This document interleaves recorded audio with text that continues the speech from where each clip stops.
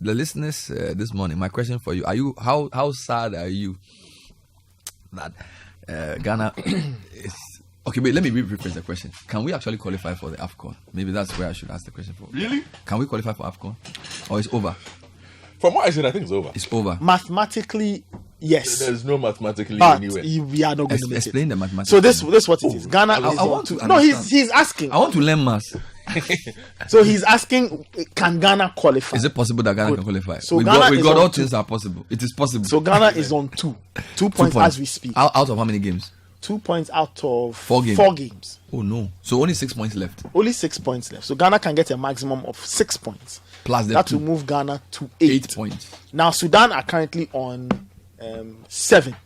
out of the 4 games they've played. Yes, they are on 7. So they are number 2. Yes, Angola they are long gone. They are perfect. 12 from 4. So they are perfect. So They've even won if all we win games. our 2 games, we are not catching Angola. So that's first spot is taken by Angola, right? Now Ghana's only hope is that somehow Sudan goes off for 2 games and Black so Stars Sudan find play Niger and Angola. they play Niger and Angola, and somehow the Black Stars find some crazy magical form. They beat Angola in Luanda next, and then they beat Niger at home. They go to 8 points. They trump Sudan and they proceed. If you have the same number of points as at Sudan, do they use goal difference or head to head? In a qualifiers. No, we are doing maths. So would they use head to head or they'll use goal difference? haven't even checked. Because they have beaten us 2-0 and we've drawn. So head to head we are worse. So if head to head comes up, they still go. Yes. So even if they lose their next 2 games, They gained 4 points from us. that's my point. They So take even 4 if points off us, yes. yeah, but we still have to do maths. So Why? let's assume we beat You are Angola, 5 points adrift. Why are you doing math? because you can get 6 points. And hope that. Why are you assuming they are losing 2 games? Uh-huh. It is possible. Oh, Aloski. And you have to also believe. Aloski. So you don't think that there's any chance for us to qualify? No. Maybe CAF can disqualify them. Okay. For fielding an overage player. Okay, Or is there no something. overage in this one? No, maybe It's an a senior unqualified team player. level. Which For overage fielding player? and then something. Yeah, maybe they naturalized Can we somebody. orchestrate something? We could, but maybe that is if that is where we have reached, then we have a problem. But what on Niger, how many points do they have? Niger on 0. 1 One point. point. They picked a point off us. Oh, yes, they drew with us. So Niger. Oh, so we couldn't beat Niger. Yes. At home. Yeah, we Couldn't played in beat them. Morocco. We play them in Morocco, so we are yet to host them. That's the last game of the series. So Niger can't qualify. They have 1 point. Kwesi Appiah. Okay, so you think Ghana will not qualify? We will not qualify. You don't have hope. No. I don't have any. Think about it. We have to go to Angola to get a result, to Yeah, win but in Angola Angola. is not such a.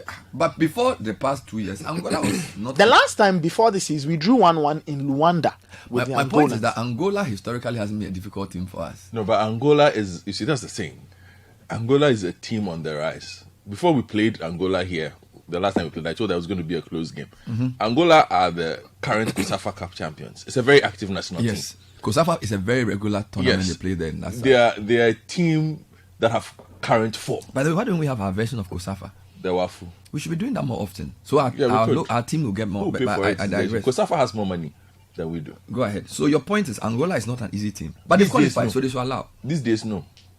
So even if we beat them, it doesn't mean we It's not qualify. in our hands. It means we are just relying on a significant loss of form. One more By Sudan, point, as yes. he said. One more point for Sudan and they are gone. So Just they in are Oh, just one more. That point. is a one more point. That's all Oh, they need. so just a draw. And they'll get it against Niger. They are playing Niger next. Where? It doesn't matter where. Doesn't matter where. They'll get to that point They'll get against the point. Niger. So there's an AFCON coming that we are not going. But it's happened before, so This is true. When I was in final year in the university, yeah, but it's that's nothing 20 new. years ago. We take qualifying for the AFCON for granted, so that's where we'll end up. How big a blow is it for our football fortunes for us not to be there? Our football fortunes have not been the best since 2019. We got knocked out at the AFCON in 2019. In round of 16, Round of we 16. lost to Tunisia. We did group stage after that. We did group stage after that. Oh, so we've been coming. And now we are not qualifying. So it's almost like as Boba. You can see it. It's very When was clear. the last time a so-called big team failed to qualify for an AFCON? Oh, it does happen once in a while. And what does it mean and what can it do for your football? So on the negative side, it means that you are no longer a big boy. You will lose rankings. You will get worse fixtures. But on the good side, what can you use it to do? Depends on what it depends on you accepting that you have a problem. That's when you can do something So let's about take it one by one. How did you get here? Is it that our players are not good enough? When I'm going to have this conversation again. I'm interviewing you. So let's start from we'll take it one by one. Let's look at the starting 11. We had Atizigi. We had Ali Doucet, who plays in France. We had Monaco's, what's his name? Salisu. We had Jiku. And then we had Gideon Mensah. Pretty good left foot. I don't know the midfield guys that well. Who were the midfielders? We played Ibrahim Suleiman of Atlanta, and then we played Elisha Usu of Auxerre. And Auxerre. Then on the wing, we had... we played Ernest Nyama, played Semenyo. Ernest Nyama is one of the hot properties. Yes, played Kudus. Semenyo is doing well. Yeah, played Kudus. The forward line was at not the bad. tip of the diamond, and then played... Yaki Williams. So Jordan didn't play. No. Jordan didn't start. He played later. Partey didn't... It wasn't fit. Make this it wasn't squad, fit. yes. So was it a selection problem? Okay, on the face of this, I think that the team was poorly coached. Yes, the team was poorly coached for the 2 games. For the 2 games? Yes. There are structural problems, and I think we've spoken about the structural problems, but you let's want to deal with the game let's deal with specific. football. Game specific. Yes. We're dealing with Sudan versus Ghana yesterday on the pitch. Was it coaching or motivation? Yesterday was coaching.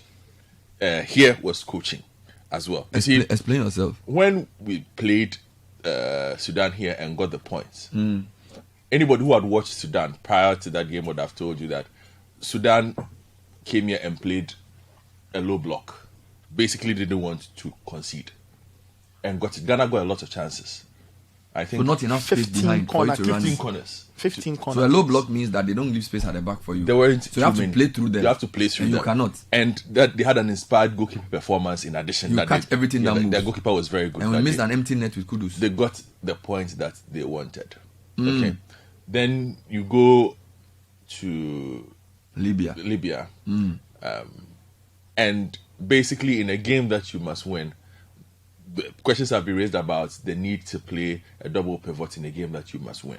What is a double pivot? That means he played 2 central midfielders in front two of the defensive midfielders. 2 central midfielders these days, with the 2 central midfielders with defensive tendencies. So like Anthony Annan type of player.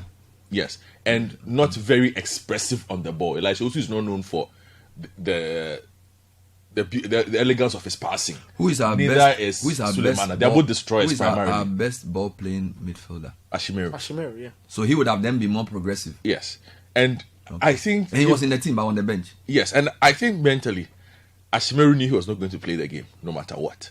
Why don't he ever choose him? I think it's a personal preference for the coach and what he wants to do. Because he's tried all kinds of. He's tried Baba. He's tried the guy. He's tried all kinds. He's tried everybody, and Elisha Usu. Elisha Usu has always been a constant. Where does Elisha Usu play? And you know why I'm saying which team? For Auxerre. Does he regularly start? Yeah, he does get games every year. He does play. I think he's always been part of Otuado's. And where does Ashimeru play? I'm just digressing. He's in Belgium. Does he also play regularly? Yeah, he plays. Yeah, he so gets you games. feel like using that double pivot was one mistake? Yes. Now, Sudan adapted to what Ghana had provided. And, yesterday I had a conversation with elements of the Sudan team to kind of understand what they were trying to do. Tactically. It wasn't overly sophisticated, but it was pretty detailed. And I asked myself, were we as detailed in our planning? So, for instance, Sudan normally plays in Juba, but they've been shifting certain games to Benghazi, Benina, where the game was played. So they could have played at home? No, Juba is South Sudan. Okay, so they choose where they play. Yes, they have. Most of their games have been played in Juba as well. Now, from what they told me yesterday, they realized that they had anticipated that Ghana has very quick wide players. So Semenyo is quick, Nyama will be quick, Iñaki is super quick. Even Fatau on the bench. If Fatau Ishaku came in, he's also quick. So they run. And Ghana would want to get in behind the Sudanese backline, which is not known for its speed. Run into space. Yes. Chase the ball.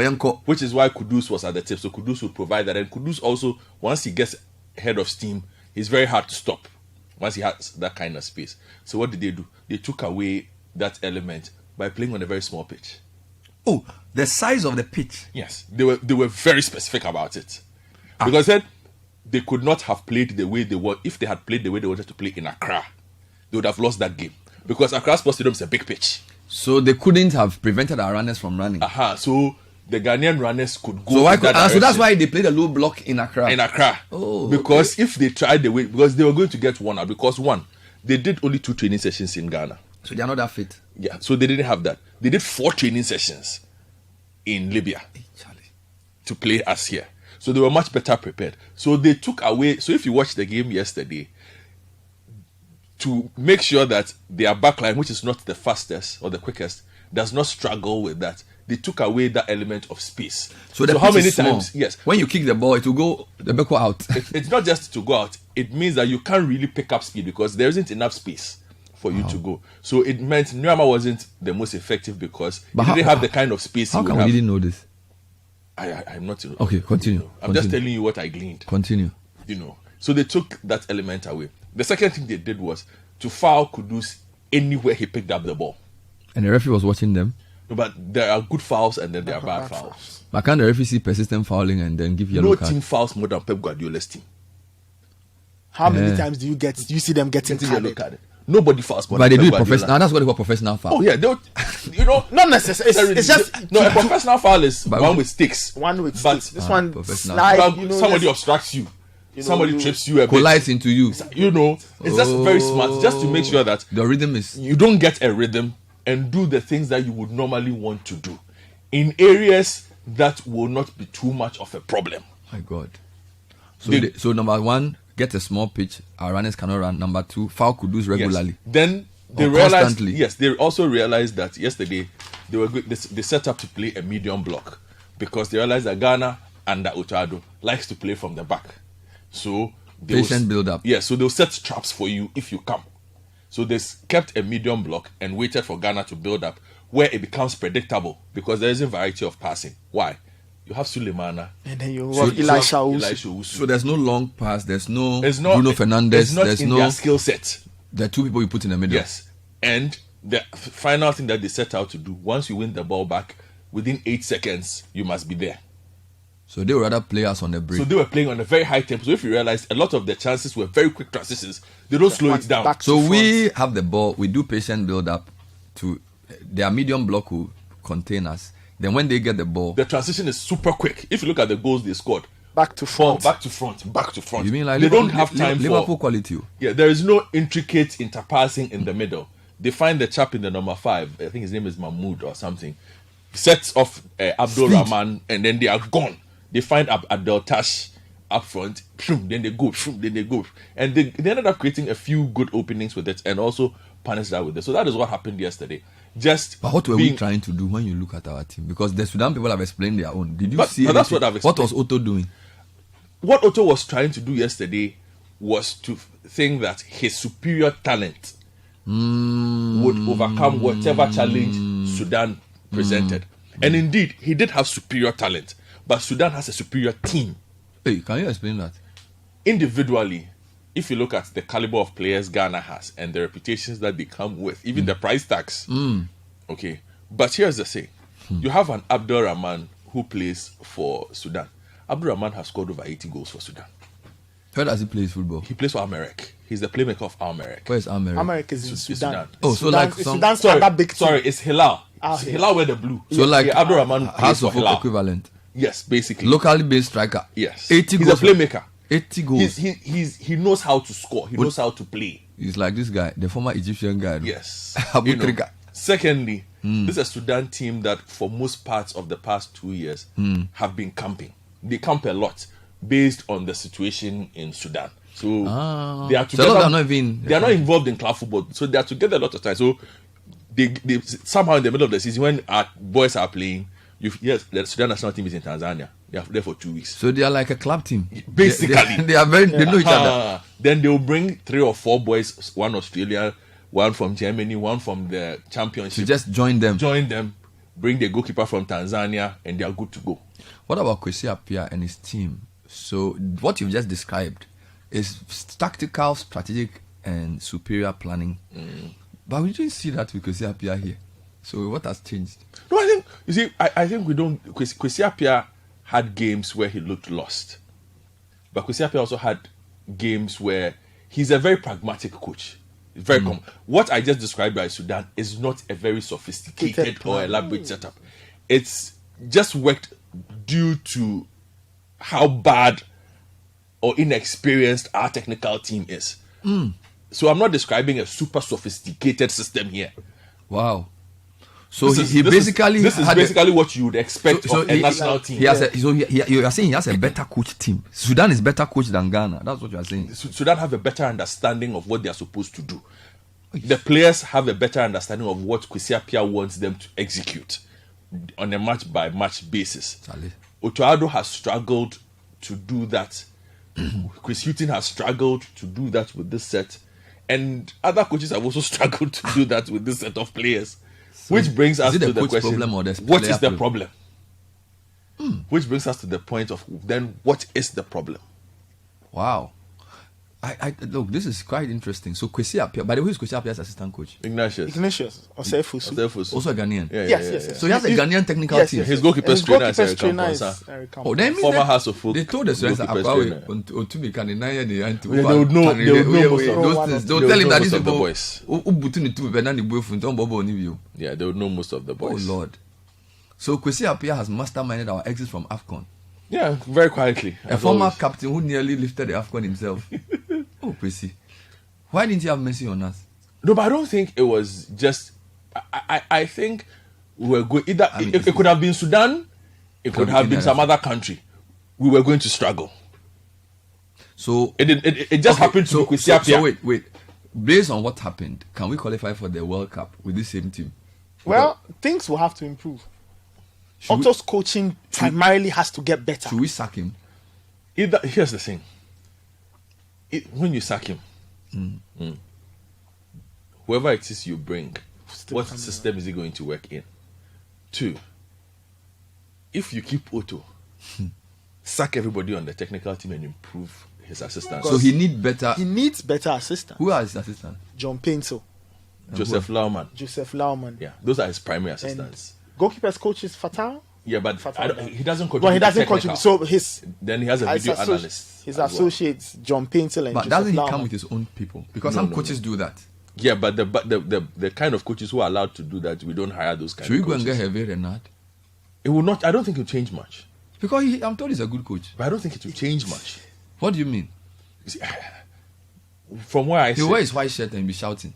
Yeah, but from where I sit, you see, if we don't get to the point where the players come from a certain background,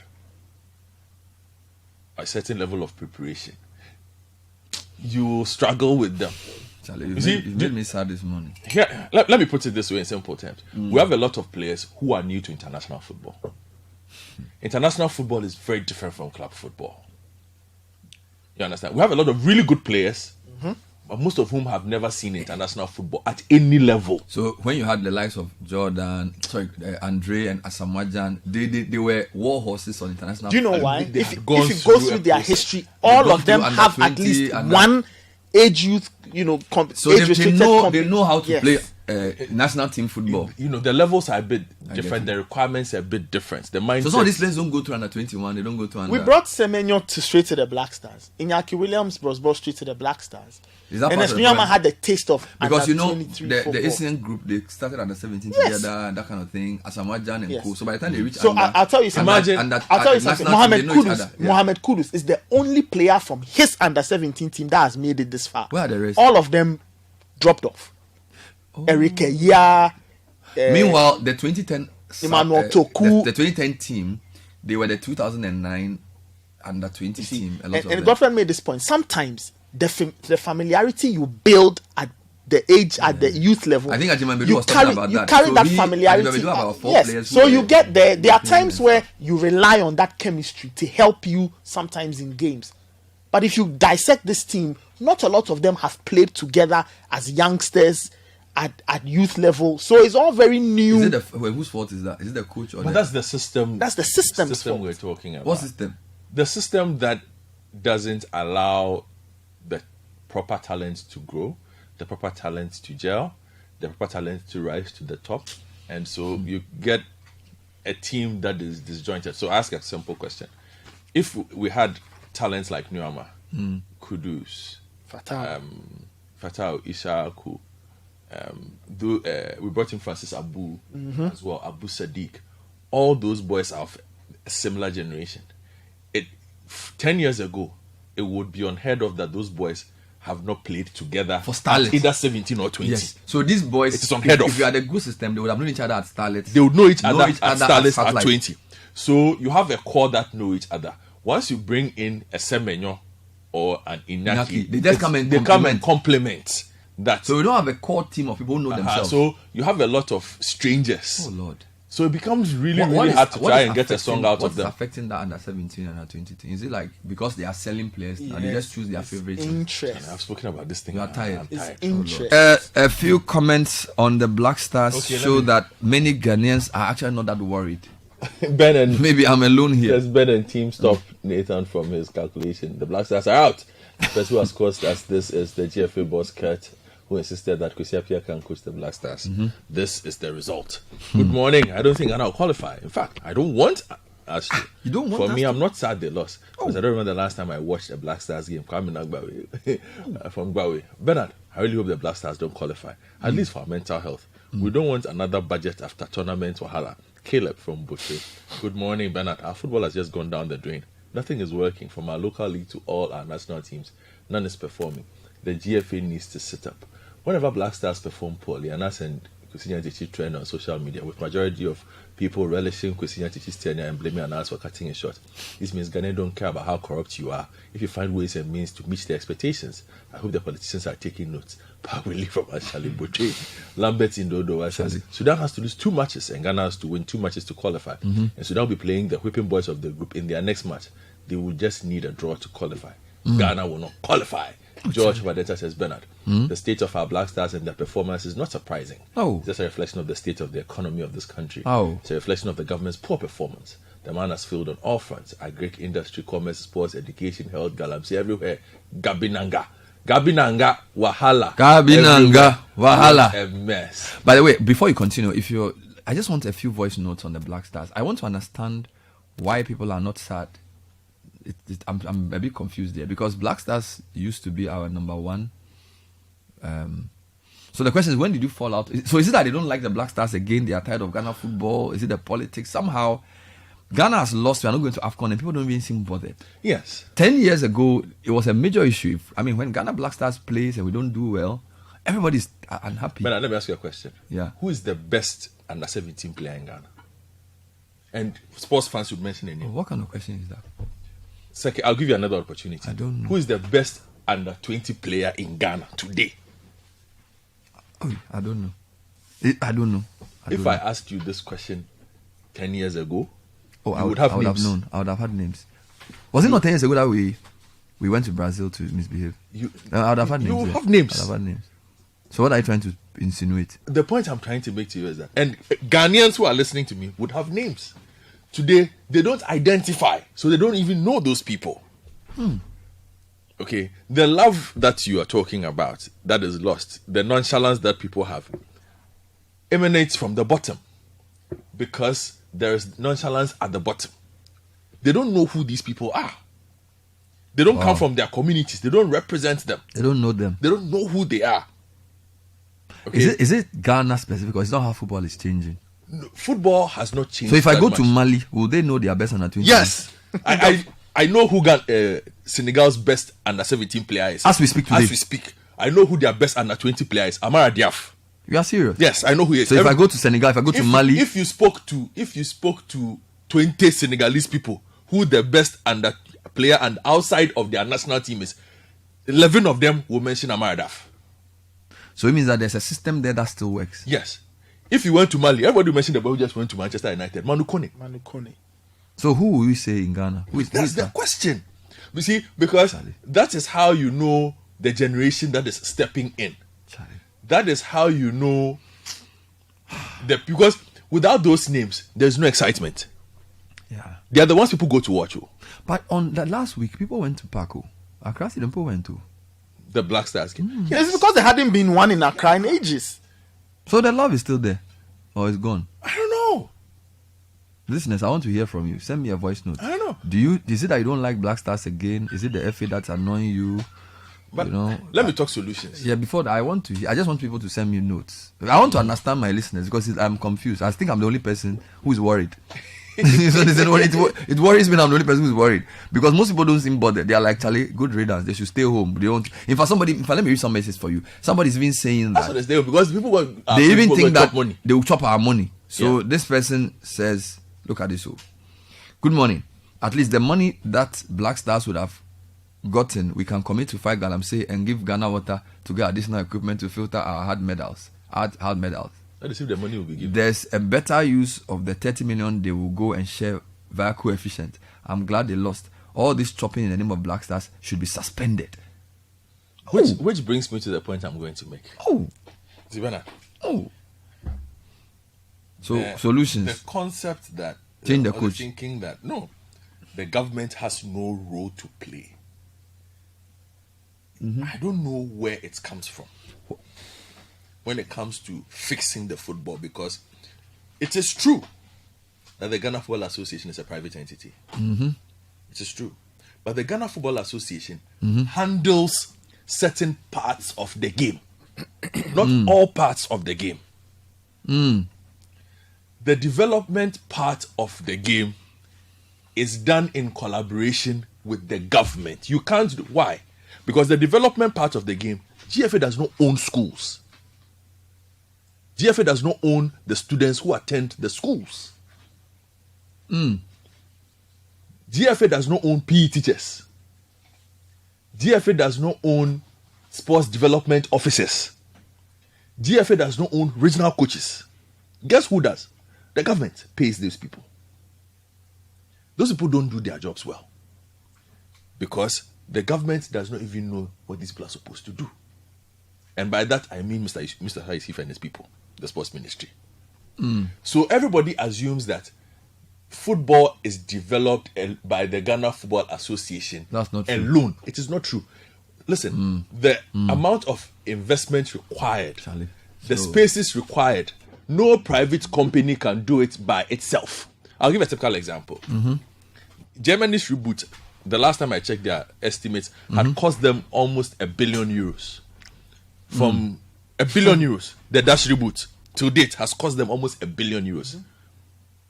By the time they won the World Cup, it had cost them almost €500 million. Wow.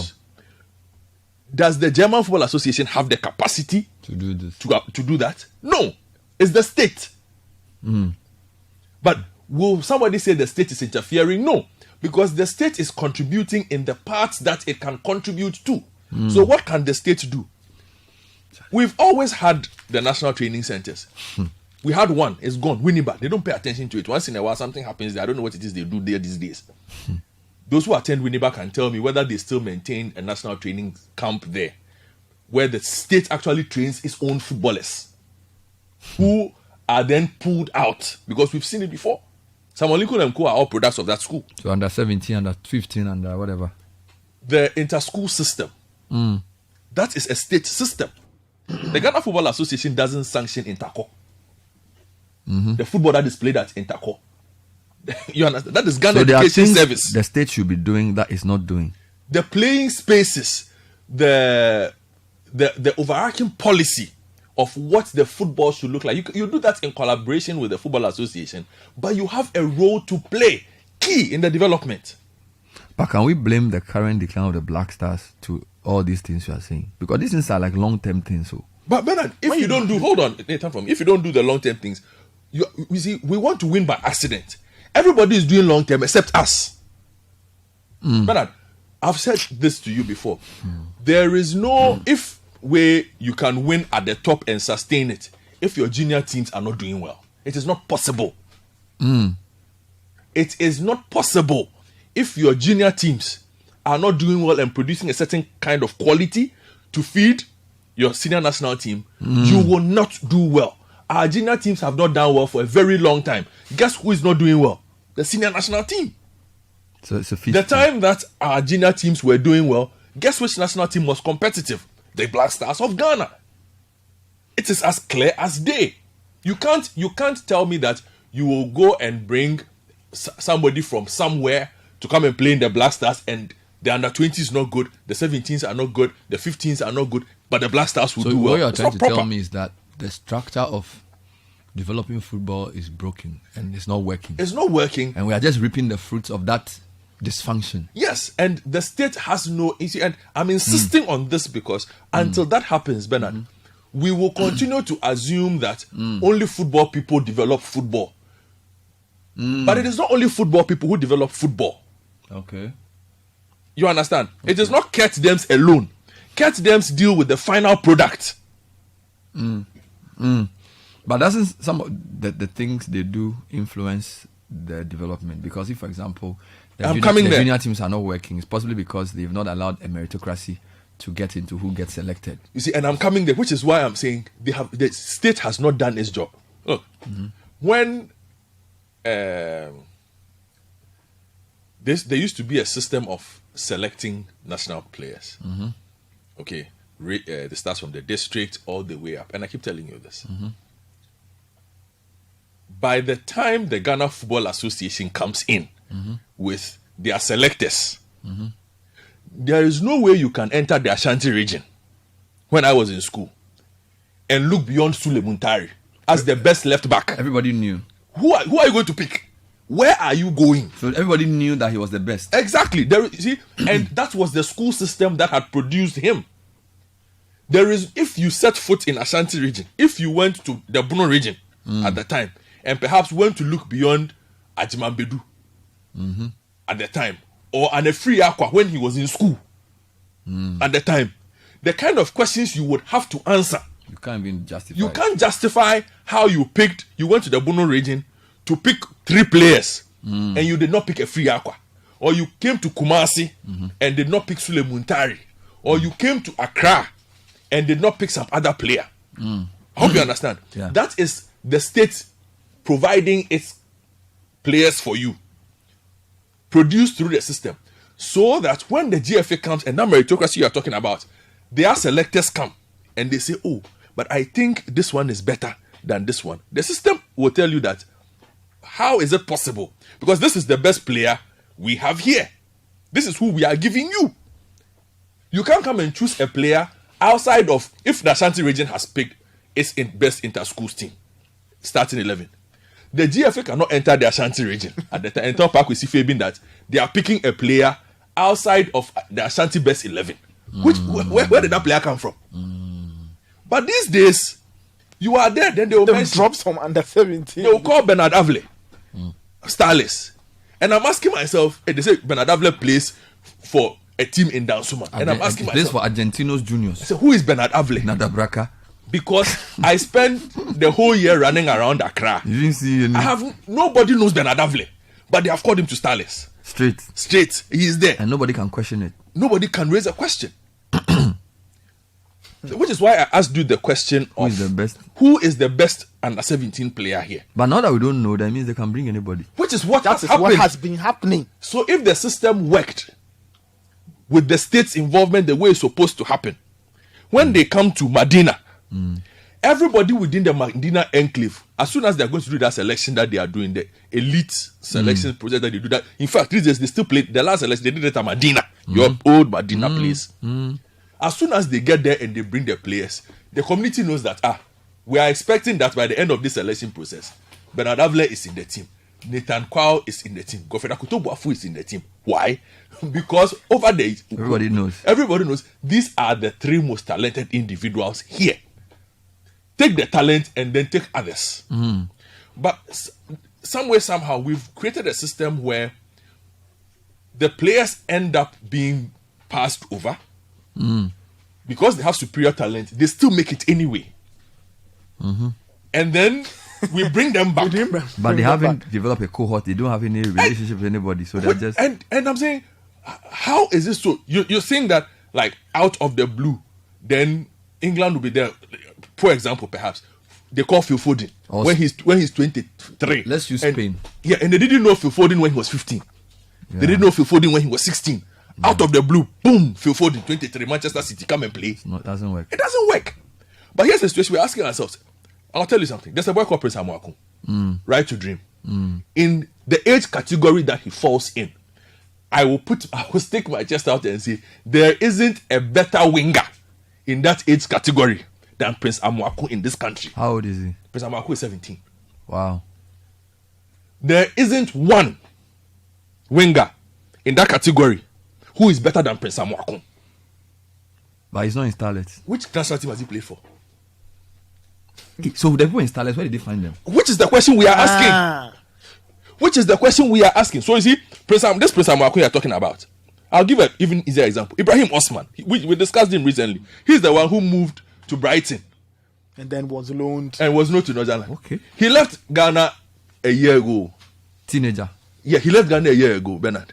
So from the time he was 12 years, nobody saw him in Ghana play football. Good point. Yet a Brighton scout came to pick him. He went to Right to Dream. The boy who just went to from Desideros to Real Betis. Which national team did he play for? Which national team? All 18 years. Between the age of 12, there is no way that boy emerges in a country like Mali, Senegal, and they don't see Burkina him. Faso. And between that age of 12 and 16 or 17, he has not won the national shirt. It will not happen. So we have therein lies our problem. Therein lies our problem. So these boys, you see this boy we are speaking about, in a year or two, you let him break into the Real Betis first team. They'll call him. We are calling him Black Star. Straight. He will come. No culture of No national culture team playing. of nothing. He doesn't have any affinity What's to he any come other, and do? doesn't know any other person. He's talented, but he's inexperienced. Governor, you made a big point, but the question is, every year Blasters fail. We come on there and say, should we change the coach? Should we change what? So we are basically trying to tell you that all those things will not work if you don't do. The system is rotten. Bernard, the system is not functioning. I'll tell you the something. system. Nathan, allow me on this. I beg you. Today, why you wild? My word, Pamania Bre. The system is Nathan, designed in yeah. such a way that if we almost always pay more attention to the interest than the results. Okay, if we have a good squad, bring in a good coach to deal with the good squad.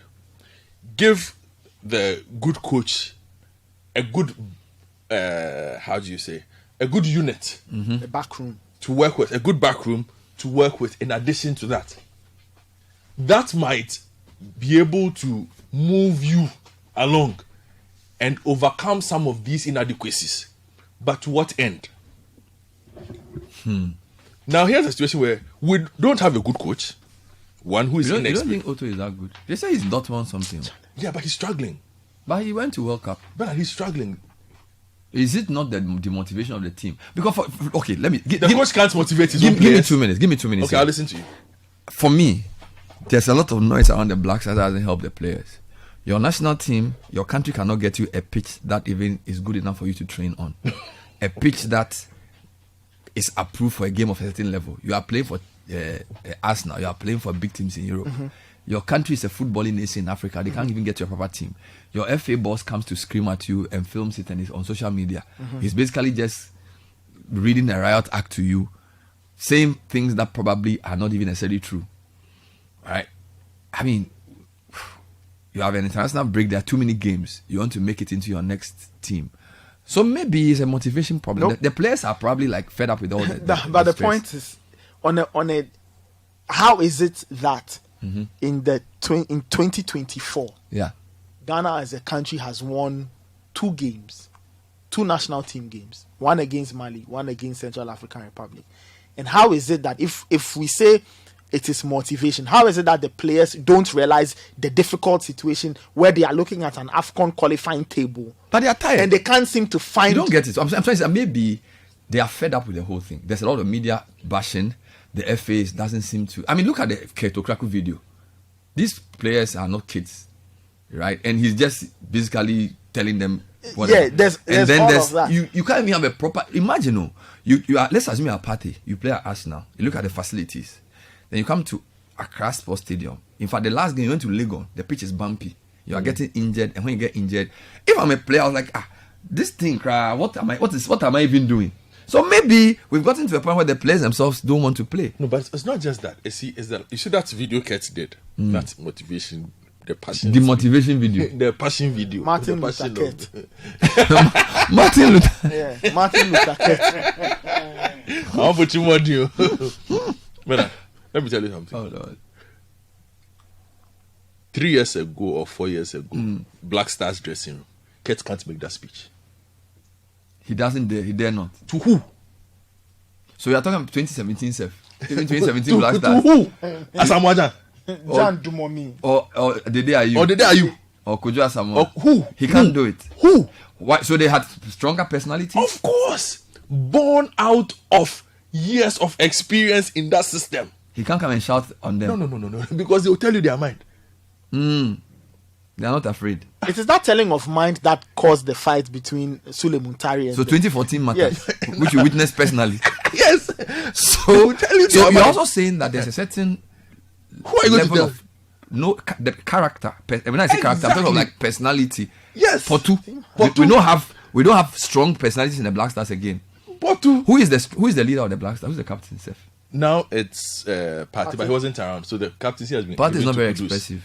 No, not So at all. from Asamoah to Andre, say these guys they die for the country. If he had From Stephen Stephen John Appiah Mensah to John Mensah to Asamoah to Asamoah to Andre. They are all very Hard loyal. guy. Who are you going to tell this thing to? Which dressing room? Some of them, if you enter the dressing room, they'll sack you. Serious. Oh, they'll sack you. As a nephew official. To come and do what in the dressing room? Are you the coach?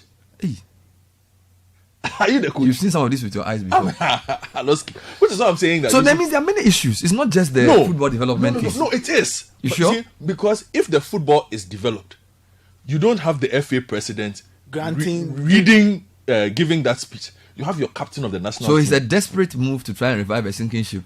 Exactly, because you see, do you know why? Listen to what he was talking about. He was talking about passion. He was talking about the need to kill yourself. Jiku was born in France. Hinyaki was born in Iñaki Spain. was born in Spain. Semenyo was born in Semenyo London. was born in London. And Nesnyama went to Right to Dream and went to Northern. Mo Kudus. Mo Kudus, same. Atizigi grew up until he was 15, lived in this country. They went to Austria. Gideon Mensah, he left pretty late. Tariq Lamptey grew up in London. Charlie. It's It's enough. It's okay. no, let me Yeah, continuing. let me go through the list for Okay, Salisu. Salisu. Maybe That's it. Salisu is a Ghana man. Yes, It's a hard guy. But look at even Salisu. Alidu Seidu. Alidu spent most of his formative years in here and Mali, Charlie. and then went to France. So the connection is not even there. You see, so you are telling, what are you telling them? They don't feel that connection to you. One, they don't know you. They don't know each other that So well. let me give you an example. Like, you know how Accra Sports Stadium, when they go and they know some of the players, Asamoah would have been known by the Dansoman people. Growing up. So when he comes to park, somebody will say, Charlie, that thing is not there again. Bernard, let me So they tell are you. like, they are watching strangers. Let me give you an analogy that will work for you. Do you know why we are number one as a breakfast show? Why? Chemistry. We don't have Do- chemistry there. Do you know how many years you and I have done this? Oh, I know you too much. You and I have known each other personally as journalists in our formative years. Good. This iteration of the breakfast show, you and I have done it almost near a decade. More than. You understand? You can close your eyes and know what mood I'm in. I can close my eyes and know what mood you are in. You can cook the That topic is why for we you. are I'll cook re- the topic for you to. to cook. That is why we are the best Oh morning Lord! show. Oh Lord! Oh in Lord! the- Oh in Lord! town. Oh Lord! The Black Stars don't have it. The 20s don't have it. Charlie. The 17s don't have it. The coaches themselves don't have it. Why? Look, you can't cheat football. John Pencil. You can't cheat nature. You see, whoever made the decision to put John Pencil, Joseph Lauerman as assistants to Otuado. Ado was setting up the country to fail, and obviously showed again the deficiencies. And also, I'm saying that the ministry, for instance, that piece should have asked questions. Why is it that if we have a coach of this experience level, because Oto's experience level is there for all to see, why are we adding 2 other inexperienced persons to this bench? It's a question the ministry that pays them should have asked. Somebody there should have asked that question. Because it is the Ministry of Youth and The Sports. ministry pays the coaches. The ministry has a technical directorate that should know that you don't take the unproven academic coach of a division, an ill-performing Division 2 team, albeit he's a former national star, and hand him the assistant coach of one of the most important national teams on the continent, in addition to appointing a coach who is trying to find his way. Where does he go for guidance? So the coach wasn't too experienced himself. He's trying to find his way. So you probably need a balance. So sometimes when you have a very new coach, you bring an older assistant so that he can. Yes. You see, football is about minutes. A lot of us tend to. Ignatius, our good friend in Sudan, is not everybody's cup of tea. He's very abrasive. You mean Chrissy appears number 2? He's confrontational. Where was he coaching before? In Ghana, a lot of teams. City, but the thing is this: He's a proper coach. Eh? yeah, he gets into a lot of trouble. Sometimes talks a lot more than the results will show. True, yes. But you know what? He has coaching minutes. He's been Coached there. a He's lot. done that. For somebody that young, he spent the last 6 years being a head coach at elite level. So he knows his onions. So no matter how much he talks, he has seen different defensive schemes. He has seen different offensive schemes. Before that, he was, if I even forget, he was assistant and assistant coach of Somalia. And then he's gone. He's a journeyman. Somalia. They are seeing all kinds of things. One of the few coaches who has strikes against his name has been arrested by the police. Conduct on the pitch. He's coach under 17 Somalia. The point that's the point he's making. So you take that and then you compare that to John Pencil. And this is Ignatius in the realms of international football, who we consider a novice. With the CV I just read out to you, he's a novice.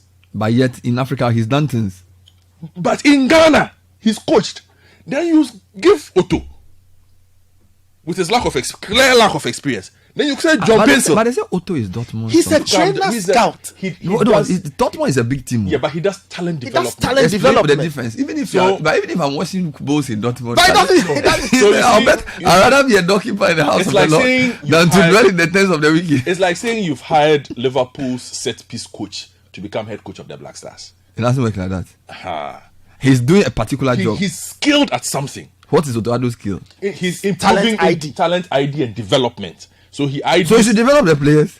But this is a different. You see, at the national team level, you're not doing development. It's decision making. That's not development. Yes, it's decision making, Bernard. The players are cooked. So let me finish this point for him. It's very important, and that's where the problem. You bring Joseph Lehrmann, his assistant. Where is he from? He's from Germany. What has he done before? The CV is not that rich. You bring what's his face? John Pencil. Coaches John Pencil Academy at Adjingano. That is all he has on his CV. As a coach, not as a player. Outstanding international career as a player. That gives him a certain level of experience. But if we're to do that, then we might as well let Steve Napier sit on the bench too. And maybe lie. And lie. I'm saying lie is a proper many games. I'm told lie is a coach. Yeah, but I'm saying stay on point. If we are giving John Pencil that based on his experience, then give it to Steve Napier. Let Steve Napier come and sit on the bench. He has a stronger personality. He has a stronger CV as a player. Okay.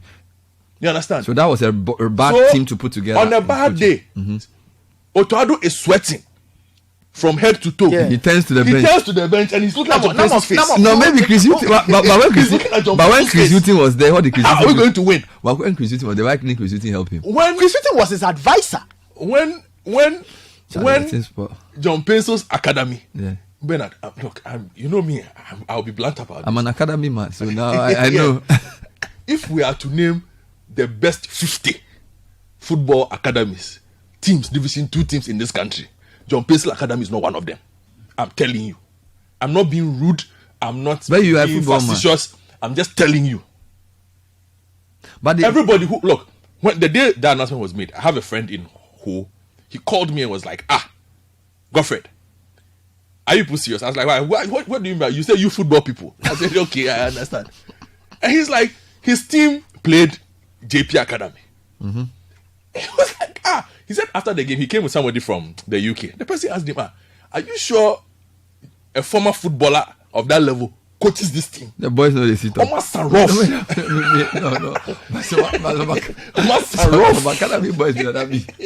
No. His one is not that. He has the Nadabi section. And he has the Zongo boys. He has the hard boys. He has the hard boys. And still, Nana. Look, I'll tell you something. If you know your football, If like everybody go to Ajengano, 4 p.m. on a daily. After I think they train they train 2 before Projin comes at 4. Go and sit there and watch them train. All age levels. And they're 14. And you train the senior boys too. Yes. When they go and watch them, when you finish, go to Trasako. Yes. Behind that camera and go and watch Kujua Samoa's the first team of SMAC, the one that Kujua Samoa trains. Nobody will tell you the difference. Also got a master academy in Ghana. Oh yes, the Juventus Academy. The Juventus And Academy. he has the first. And he's there physically. Yeah, him and Jerry are coming who coach the first team with Reginald Asante. Reggie. Hey, I'm up for Ghana. If you watch, forget that at the B side, they have what they call the talent squad and then the general squad. Okay. If you watch the talent squad and they are playing football, even under 10. No, the talent squad is an under 18 team. Under 18. Yes. Bernard. Did they play? Look, I came back after a game I showed him. I watched the tape. They are properly trained. I brought him the video. So they can compare to any European under. The understanding, the fundamentals, the movement, everything and is modern. And this is Kujua Samoa, Jerry Akaminko and Reggae. Wow. They have some Dada B winger be on the right. So killer winger. He go JU. Yeah, some boy from the US. Some US, but he go JU. Hey.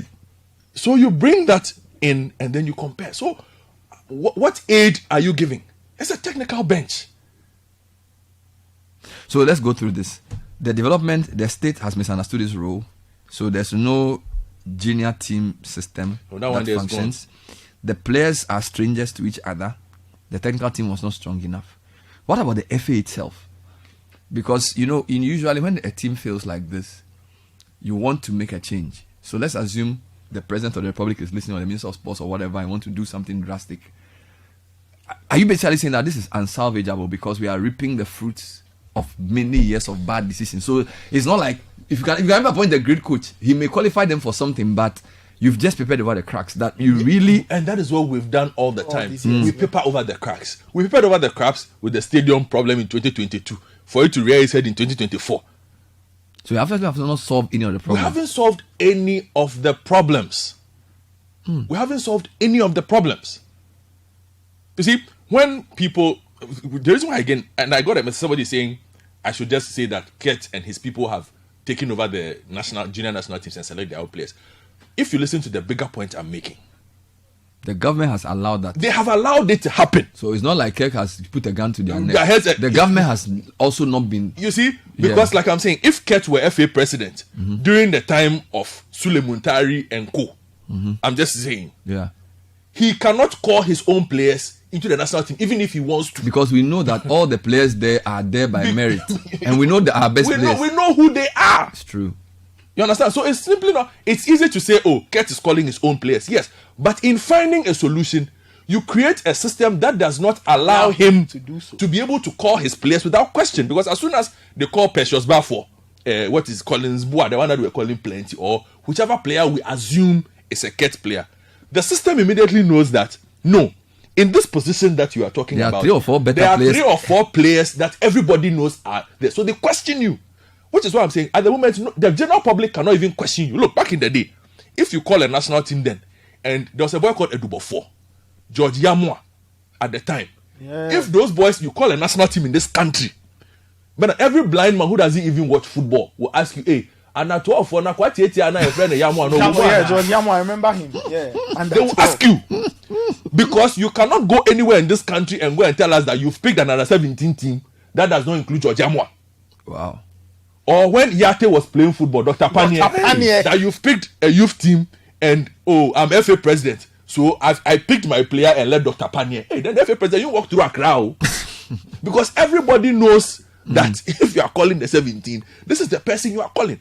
Or that, did they not drop Awulekwe back in the day? Junior, not senior, junior. Yeah. Magic. Yeah. The sports minister picked up the phone and said, hey. I've seen the list. There's no... You cannot pick a number 10 or a number 8 in this country from a greater Accra who is better than Awulekwe. And everybody knew it at that time, that it was not possible. So if the system understands what it's supposed to do, and this is why I'm saying the government needs to pay attention, needs to wake up to its duties. Let's hear some voices. This is City Listen to the Breakfast voice. Show. I didn't intend to make this a main discussion, but No, because people are upset. me, I don't even know. I was sad, but it looks like I don't even know. Let's hear some comments. This is Ibrahim. Hi, Bernard and team. Good morning. This is Ibrahim from Tema. I think the reality is that we have mismanaged our football and indeed our country for so long that people have simply checked out and are associating the failure of the Black Stars to the failure of the country. So what you're seeing is that there is a lack of love for football in general, even at the league level, because people are just seeing the reality of the mismanagement. I mean, when Ghana was playing Sudan yesterday, apparently, and I say this because it still needs to be authenticated, the FA president was in Germany with a hastily assembled under-20 team that they are trying to sell, players, to scouts and so on. Some numbers were mentioned that each player was going for $200,000. So they have turned the entire football, architecture of this country into a money-making machine. And the fans have seen through it, and everybody recognizes it. So you cannot have people loving the team and loving the game when they see that the officials that are meant to develop the game are using the game for their personal benefit. It's the same as what we're seeing in the country. So to ask people to be patriotic when the leaders who are supposed to foster that same patriotism are not doing it, you're not going to get the right love that you want to see. And that's exactly what we're seeing today. Thank you. Charlie Bernard, I think that the whole thing starts from the head. We should scrap the whole GFA and our whole football administration system. Government should get involved. FIFA should suspend us for 2 years. We restructure and plan it well. As your panel is saying, start from under 17 to under 20. We need proper restructuring. And also, we should reduce this bringing foreign players. With the play ball for Ghana, if we psych the players right, we can go far. Thank you. Bernard, good morning. This is Isaac, boat driver. I'm enjoying the show. It's so sad. Yesterday, when I watched the match, it's so sad. Looking at 3 defenders, allowing 1 striker to just fly and score a goal. At least pull him down. I mean, if it is a free kick, it's normal. It's possible we can defend it. Hey, yo.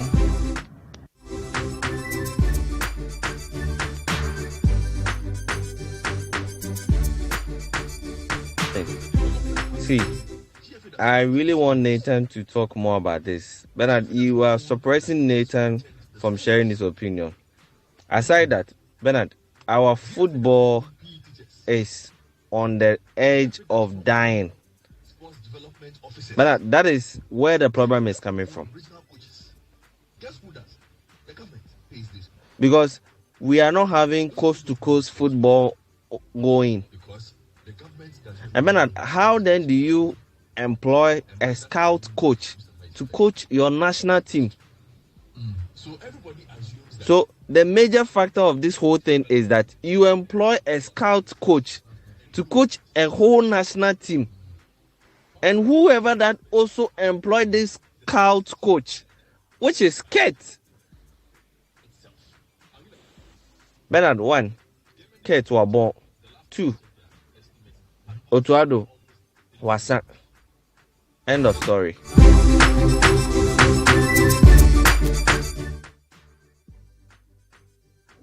Why, Bernard, why are you worried when Ketokreku, who is a GFA president, whilst the Black Stars were losing, he has his collected team, friends and chronics players gathered playing a tournament or a friendly match when they lost 5-0. They are just making money out of the game, and we are there following the game with our hearts. We are not doing no more. It's good they've lost. We are going to save our money to build our dear Mother Ghana. Thank you. Good morning. Hi, Bernard and team. Good morning. This is Ibrahim.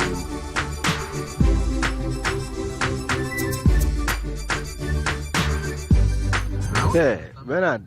Good morning. Oh, yeah, you're doing well. You're doing well for bringing blaster issue this morning for us to talk about. Bernard, it looks like since Stephen Appiah, Olele, Michael Essien, Kojo Poku, those squad, since they left the scene, the interest in football it looks like they took football away. You don't know what is going on. Today, Black Star coach, today the players they even call, you don't get them. Even the so-called professional players that we know they are doing well outside there, you can't even see what they do when they come here. So the love for the game is not there. You watch and you don't see any playmaker. You watch and the Ghana is being scored.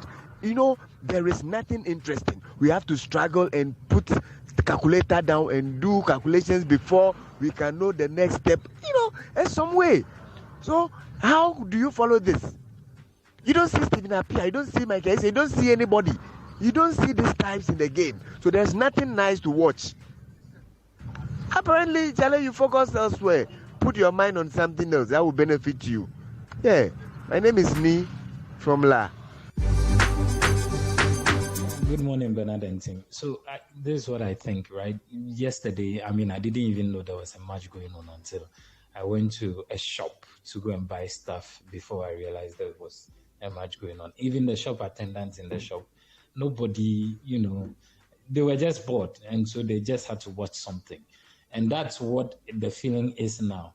There's nothing else amusing. So, okay, if Ghana Blasters is playing, let's watch. It's not as if, the Germany 2006 and, Can 2008 and, Ghana Blasters. No. There's nothing like that. Everybody was just going about their business.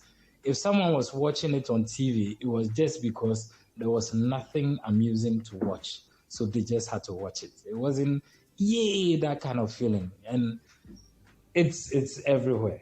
It's everywhere in this country. Bernard and team, thank you. In fact, Black Stars has dwindled to the bottom. And we are very much happy. Friends of Sudan, we are happy that they are all back home and we will watch AFCON on TV together. Gone were the days where we could mention first 11 of Black Stars. Today, if I ask you to mention the first 11 squad for the Black Stars, would you be able to mention them off head? You will not, because as Godfrey said, we cannot identify with the players. They are nonchalant. So they should just come home, stay. We'll play football on the Sakura pitch.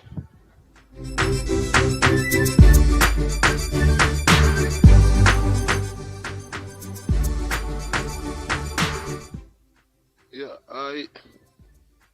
on the issue of the Blasters, I think I've lost it.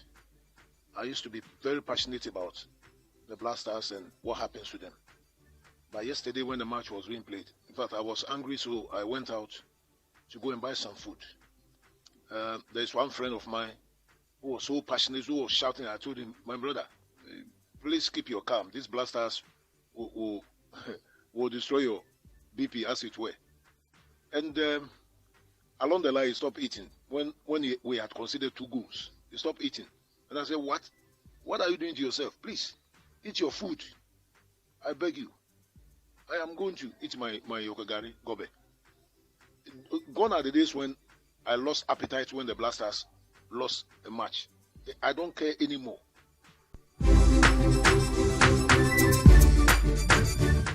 Good morning, Bernard. This is Edmond from B Hills.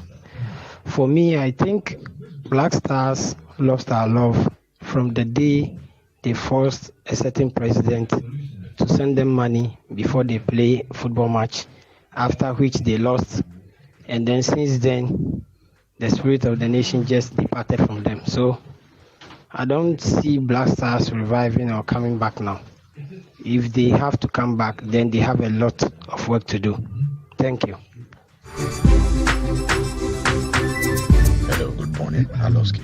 You see, the whole matter is that Ghana needs a reset. The reset conversation is a very serious one. We better take it serious. Ghana really needs a reset. Nothing about this country is working. Football, economy, education, just mention everything. Nothing is working. So the reset conversation is not about NDC nor NPP, but Ghana needs a reset. Thank you.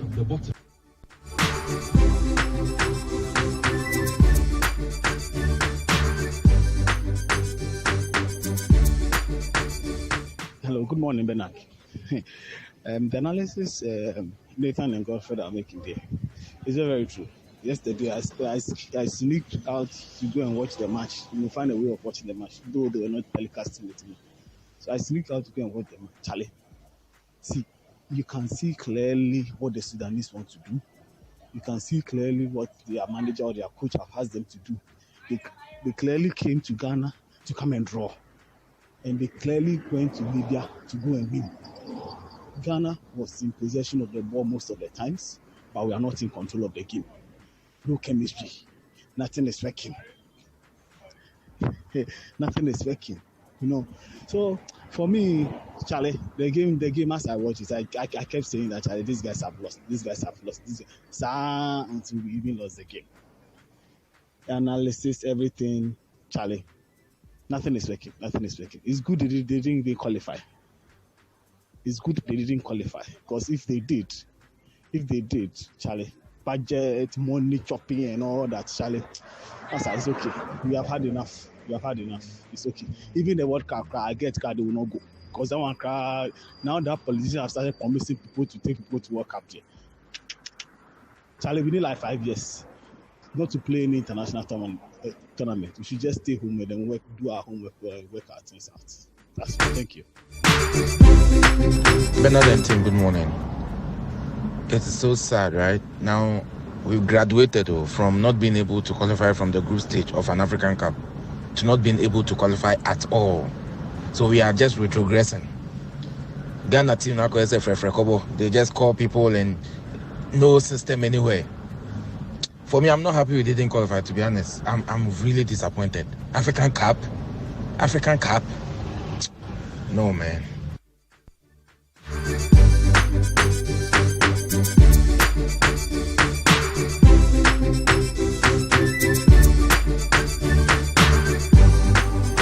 Good morning, Bernard and team.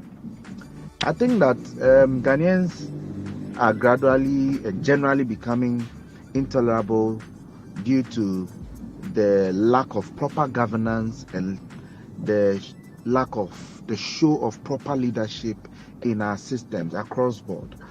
I recall, and I'll give 2 examples. I recall when President Mills, the late President Mills, was ill, how people prayed for him and all that. And I'm comparing that to how people are almost wishing Nana Bediotio, the President Secretary, dead. And you can see the outpour of social media comments and other things. And you juxtapose that to that of the late president's illness. And you can tell that Ghanaians have really become something else out of frustration, if I should say. Number 2, I remember as a child, Senegal '92. I was very little, but I remember how heartbroken I was when Ghana lost the game. Now, compare that to Ghana losing to Ghana losing yesterday. It is, and then our response and other things. I think that something has got to be done. We need to do something. Thank you. So you are asking us to be happy that, oh no. We don't even want the Black Star to qualify. Because Charlie, the people will come back and Charlie, That presents a budget be. You know, go make sense of the economy itself. You know, the sit up. The small money you get, it's enough. The people know they finish everything. So that's it. They forecast they have make you all watch the tournament for television. Thank you. Bernard, good morning. So maybe we need to interview Ketokreku and ask him in the face on what basis or on what criteria did he appoint this trainer coach called Otto Addo as coach for the national team. Before he was appointed, the GFA by itself released a set of criteria. Which of those criteria has Otto Addo met? No international coach of international repute would ever allow this GFA president to walk into his team and begin to talk to them the way he did in the hotel the other day. Nobody will allow that. But of course, I don't understand how a man can labor all his life, audition so many years to become GFA president, become the GFA president, and fail woefully at it. And he doesn't even care. He doesn't even care. That's what annoys me about him. The thing you over me. I don't go lie, you over me. But those saying they don't care. See, this was an opportunity. Morocco. Very close to Spain. So like, this one should be the precursor to the World Cup. Morocco, close to Spain. Don't just look at the football bit. Look at the opportunities. Okreku has been terrible from day one. And I don't know why. Yes, the fight against Galamsey is important, but equally this one also is about life. Then we need to get this guy out of our football. Okreku has no business running Ghana football. Otto Addo, please, if you love Ghana, stand down, please.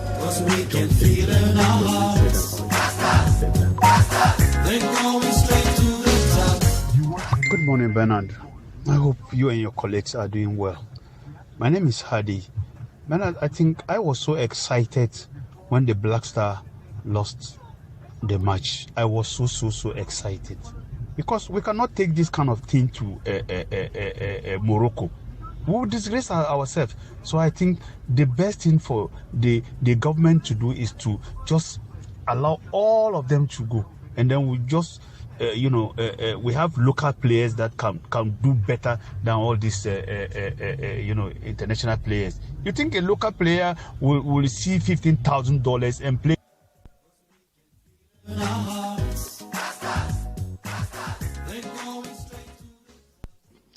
Yo, good morning, Bernard and Tim. This is Ben Hillerson from Ashama. My greetings to you and your listeners this morning. You see, Ghana Football Association has turned into politics. Yeah, let me just say politics. Like your colleague was saying, there is no good structure. You understand? Those days when Stephen Appiah, John Mensah, Asamoah and Co., Michael Essien, Muntari, they were playing ball.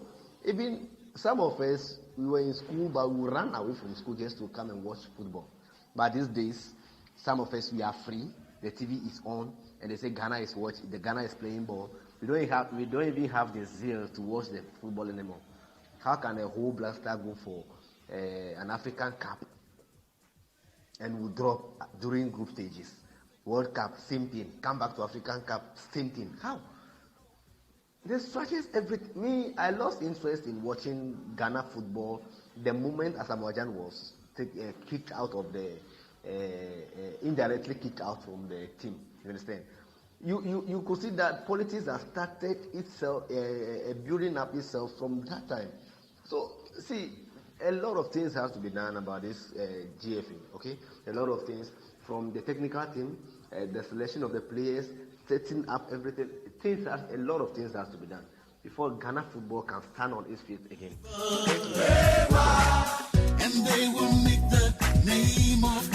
Charlie, this song, Was it 2010 or 2014? When did Tala release the song? 2006.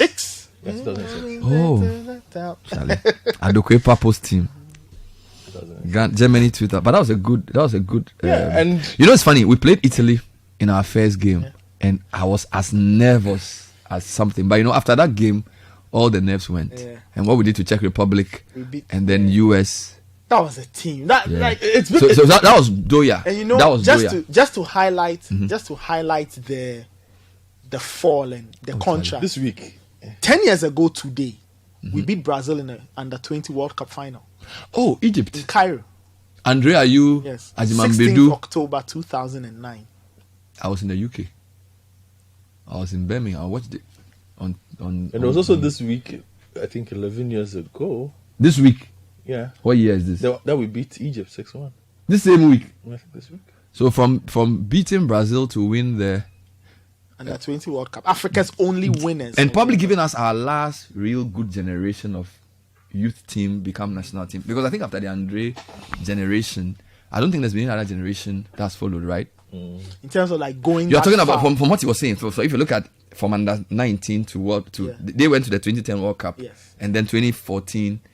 There has not been anything like this. And then of course this was the 2014 team that beat Egypt, which had Abutrika and Salah, Asamoah and then Asamoah, Achu, Waris, Essien. So Essien's towards the end of his Black Stars career. And then of course Andrea Samoah. That was a serious team. Yeah. So since then it's been downhill. And the signs were there. The signs had always been there. Like Godfred said, we always you could tell that something needed to be done to get the production line up and running, or we needed to do better in terms of developing the football, not only on the national team side, but just the entire structure and how we run football. Let me ask you two questions.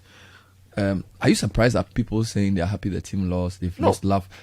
So you, as a sports show host, you started feeling this early. It's not surprising. Look, I can trace this back to 2014. A lot of the, maybe disdain is a poor word, but a lot of the ill feeling towards the Black Stars, ambivalence, started in 2014. It's been a decade old. The old. episode in Brazil and the revelations that followed, the Commission of Inquiry, flying money. 2015 we went to AFCON and we were second. We lost to Ivory Coast on penalties. 2017. Yeah, look, 2014. So things were not that bad. It wasn't that. Yeah, 2014. Or it was a good team that was in decline, but we didn't see. Yeah, we didn't see it. And then when the bad times started happening, people started going back to 2014 to say, you give them money, they don't perform, blah, blah, blah, all of those things.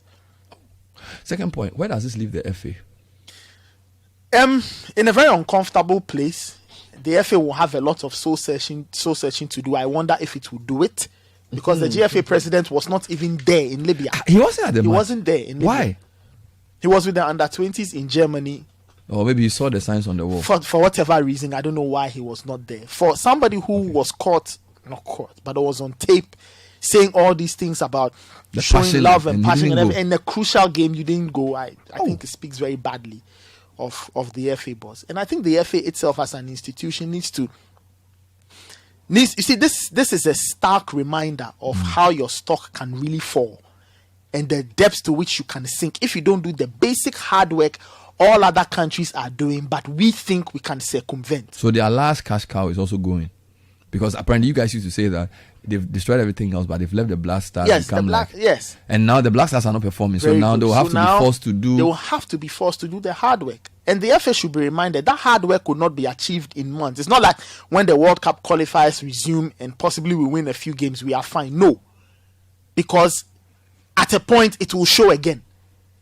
There has to be a lot of hard work that will go into tearing down the structure and building it from the ground up.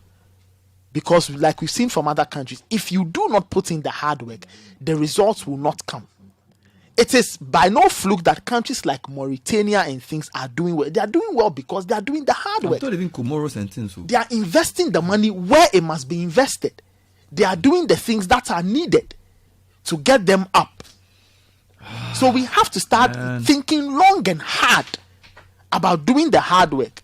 I know people argue and say, countries like Morocco, they put in the hard work. They've not won an AFCON. Well, they got to a World Cup semi-final.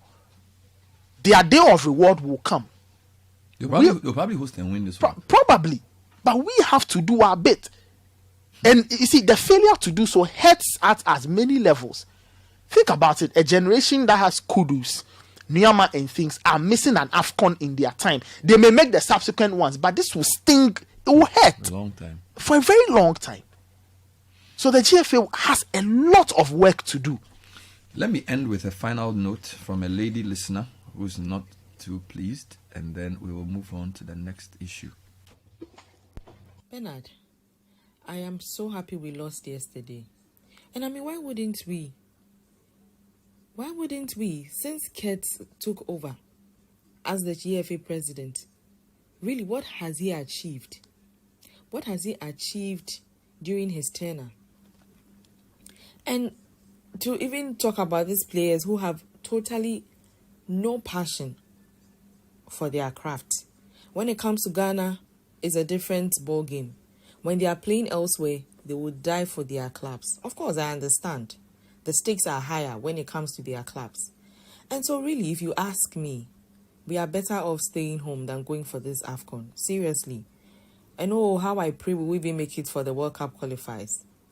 Bernard, we really need to sit down and look at the management of the GFA. It's so bad. Like, Ghana football is in a sorry state. I don't know which of the leagues is working. I don't know. But in any case, I really don't care now. And so, yes, good riddance. Thank you very much.